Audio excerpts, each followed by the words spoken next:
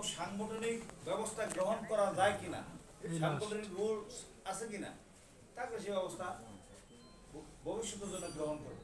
আর না হলে অতীতের মতো থাকবে, আবার অতীতের মতো কিছু করে আশা বলবে যে আমরা বিএনপি করছি। যদি বিএনপি ক্ষমতা আসে না আসলে তারা ওই দলেরই বড় নেতা হয়ে যাবে।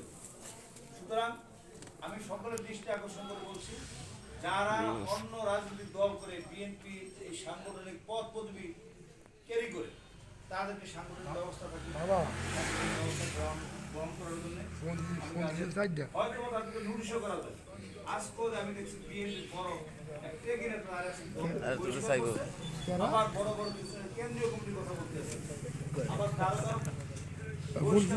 আরো করা হবে।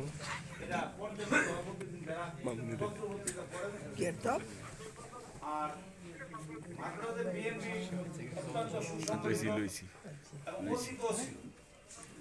আমি আশা রাখি ভবিষ্যতেও থাকবে। এখানে আমাদের নতুন নেতৃত্ব তার পুরনো যারা নেতৃত্ব গ্রহণ ছিল এই মাদ্রাজের বিএনপি চালাইছে, এর ভিতরে অথবা 2-4 জন আমরা এখন জীবিত আছে, আপনারা সবাই মৃত্যুবরণ করছে অথবা নেতৃত্ব থেকে দূরে আসছে। এখন সব তারুণ্য নির্ভর নেতৃত্ব এবং এদের থেকে ডাইনামিক নেতৃত্ব আমরা আশা করি। এবং সবাই কাজ করতে আছে, আমরা প্রথম মহিলা